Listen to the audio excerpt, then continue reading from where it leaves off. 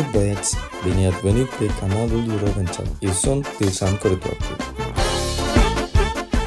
Hello guys, mage nama dilshan korutuakku. ඉතින් අදත් මම ඔයාලව දශවල තවත් ලස්සන පැත්තකට අරගෙන යනවා. අපි එතනට ගිහිල්ලාම කතා කරමුකෝ එතන තියෙන විශේෂත්වය ගැන. එතකම් මේ view එක enjoy කරන්න.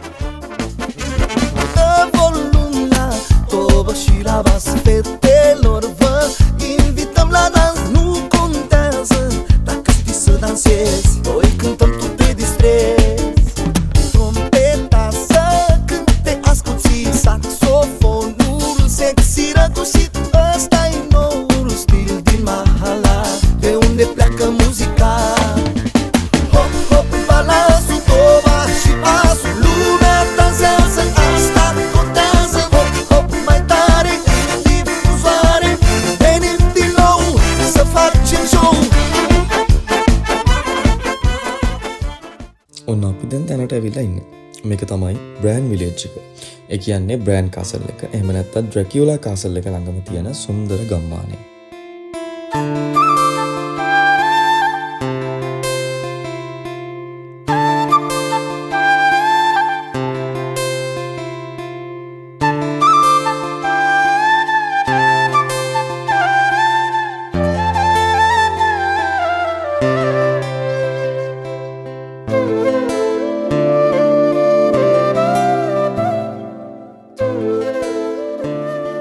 ඉතින් බෂෝ ගැන කතා කරද්දී කාපේතියන් කඳුවලල්ලා ගැන නිතරම කියන්න වෙනවා වගේ මේ බ්‍රෑන් විලේජ් එක පිටලා තියෙන්නේ කාපේතියන් කඳුකරේ පාමුල ප්‍රසිද්ධ බ්‍රෑන් කාසල් එකට පහළින්.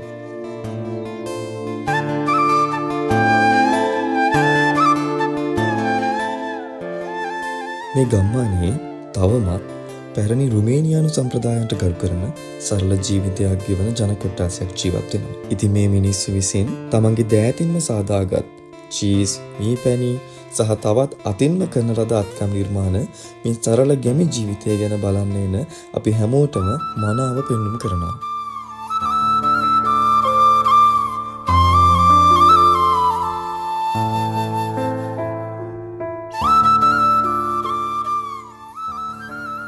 ඇත්තටම මේ ගමේ ඉතිහාසය ගැන කතා කරද්දී පුරාණ ට්‍රාන්සිල්වේනියාවත් වල්ලැකියාවත් සම්බන්ධ කරලා යාවුණු වෙළඳ මාර්ගයක් විදිහට මේ බ්‍රෑන් විලේජ් එක භාවිතා වෙලා තියෙනවා. ඒ වගේම අතීතයේ රුමේනියානුවන් විසින් භාවිතා කළ තාක්ෂණය අදටත් අපිට මෙහි සජීවී ආරින්ම දැක ගන්න පුළුවන්.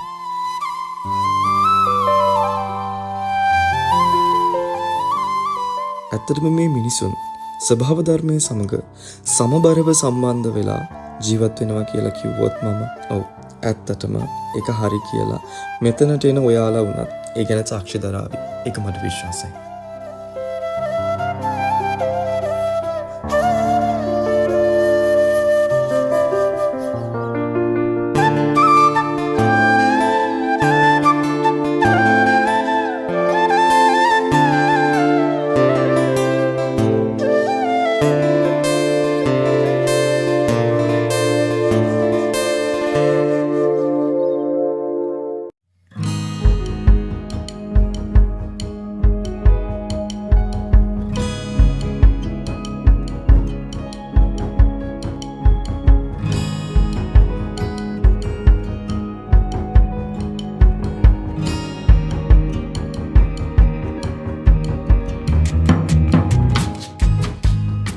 දැන් අපි යන්නේ ඩ්‍රැකියුලාගේ මාලිගාව පැත්තට.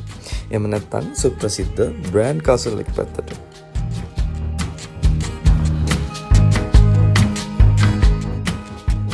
අපි හැමෝම ඩ්‍රැකියුලා ගැන දන්නේ ලේ පිපාසිත මිනිසුන්ගේ ලේ උරා පීලා පෝෂණය වුණ පරපෝෂිතයෙක් කියලානේ. හැබැයි මෙතනදී කතාව මම කියන්නේ ඊට හාත්පසකින්ම වෙනස් දෙයක්. ඉතින් 15 වන සියවසේ වල්ලැකියාවේ පාලකයෙක් වුණ ව්ලාඩ් එම්ප්ලයර් කියන රජු තමයි ඔයාලා අපි කවුරුත් දන්න ඩ්‍රැකියුලා කියන්නේ. මොහු ඉතාමත් සාහසික පාලකයෙක්. ඒ වගේම ඒකාධිපතියෙක්.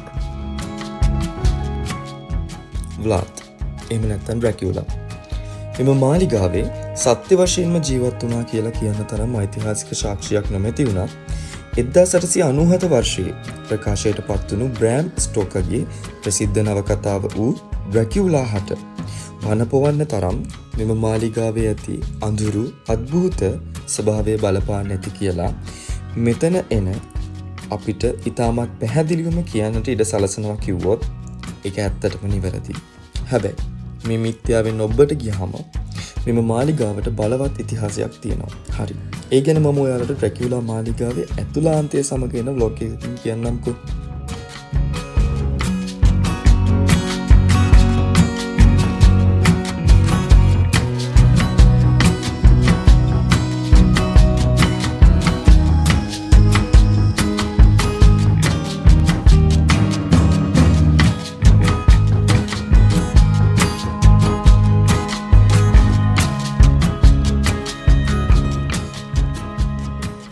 තවත් එක් සුවිශේෂී කාරණාවක් කියන්නම්. රුමේනියාවේ ජනවහරට අනුව බැටළුවෙක් නැති ගෙදරක්. ඒ කියන්නේ බ්‍රෑන් ගම්මානයේ බැටළුවෙක් නැති ගෙදරක් නම් බ්‍රෑන් ගම්මානයේ වැසියෙක් නෙවෙයි කියලා යෝන් කියන්නේ.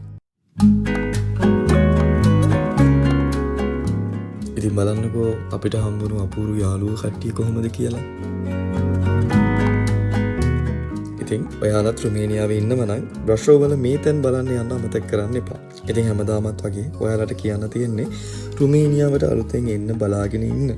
එහෙම නැත්නම් රුමේනියාව ගැන හොයන්න උනන්දු වෙන ඔයාගේ යාළුවන්ට මේ vlog එක share කරන්න අමතක කරන්න එපා. එහෙනම් ඉතින් තවත් ලස්සන දවසක තවත් ලස්සන vlog එකක් අරගෙන එනකන් ඔයාලත් පරිස්සමට ඉන්න ඕන හොඳේ.